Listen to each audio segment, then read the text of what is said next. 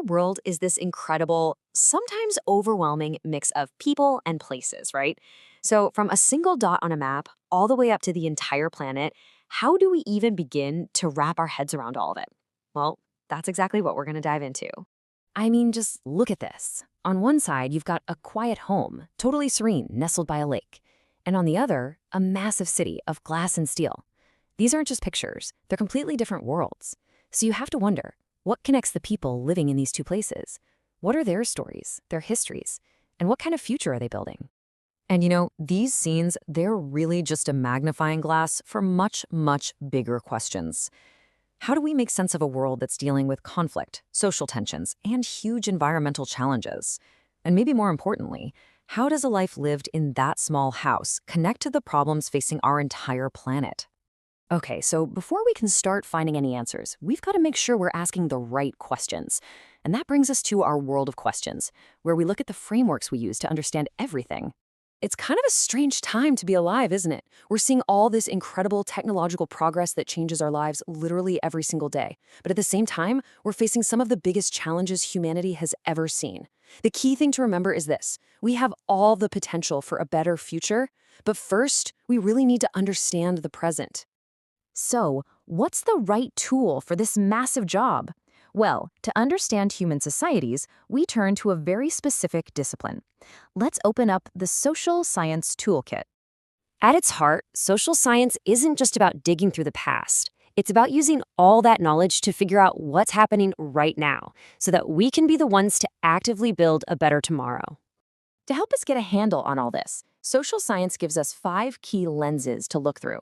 We can look at land and the people, the tapestry of the past, our cultural heritage, governance and democracy, and the economic life all around us. Each one gives us a totally unique perspective. For today, we're going to zoom way in on that very first one, land and people, to see how even the most basic tools can give us some pretty powerful insights. All right, let's grab our first tool for understanding land and the people, the Humbly map. And trust me, it is way more powerful than you might think. Think of a map like this one as a kind of treasure guide. It's a simple drawing that shows you where everything is: the school, the hospital, a bank, and, crucially, how to get there. It takes a messy, complex reality and turns it into something you can look at and just get. But how does a map actually work? To really use this tool well, we need to break it down. Let's deconstruct it into its 3 essential parts. First up is scale. This is basically the magic trick that shrinks reality. It's a simple ratio that tells us how a huge area can fit onto a tiny piece of paper. So, for instance, 1 centimeter on the map might equal 500 meters on the actual ground. It lets us see the layout of an entire city in a single glance. Next, we've got direction. Without it, a map is pretty much just a useless drawing. The 4 main points, you know them, north, south, east, and west, act like our compass.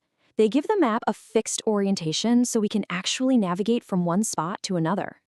And finally, we have symbols. This is the language of maps. Instead of trying to draw every single tree and building, we use a shared visual shorthand. A little cross for a hospital, some wavy lines for a river.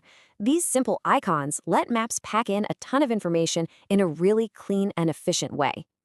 So, mapping a town, that's one thing. But how in the world do you map an entire planet? See, the problem is, our world isn't flat. This is where we have to go beyond the simple map and start thinking about a much more accurate model: the globe. And here's the fundamental problem: you just can't represent a sphere accurately on a flat sheet of paper. The source material has this brilliant analogy. It's like peeling an orange and trying to lay the skin out perfectly flat. You can't do it. It's always going to stretch or tear. That's why a globe is a much, much better model of the Earth than any flat map. Okay, so if we can't flatten the Earth, how do we find one specific spot on it? The solution is actually pretty elegant and simple: a grid system. It's just like finding a square on a chessboard using a letter and a number. We can pinpoint any location on the entire planet with just 2 coordinates. And those 2 coordinates are called latitude and longitude. So think of it this way. Lines of latitude run east-west, like big hula hoops around the Earth, telling you how far north or south you are. And they're directly related to climate.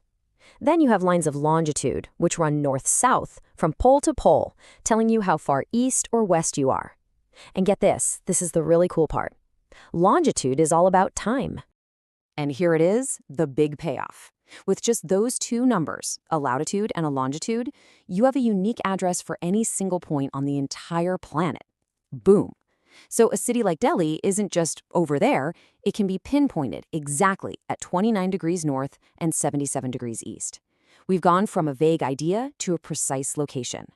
So we've gone on this little journey from a simple town map all the way to a system that can pinpoint any location on the globe. And this brings us to the real takeaway, what you might call a point of understanding. And this brings us right back to the whole point of all this. Knowing where things are is the first step, for sure. But as this quote reminds us, the ultimate goal here is to use that understanding of our present world to actively build a better future. So I'll leave you with this thought. We've just seen how we can go from a vague idea of here to a super precise location on a global grid. Knowing exactly where we stand is the first crucial step. The real question is this. Now that we can pinpoint our challenges with such incredible accuracy, from a single struggling village to a warming planet, what are we going to do with that knowledge? Thanks for watching. Do support us by liking this video and subscribing to the channel. Sushantir Bhavatu.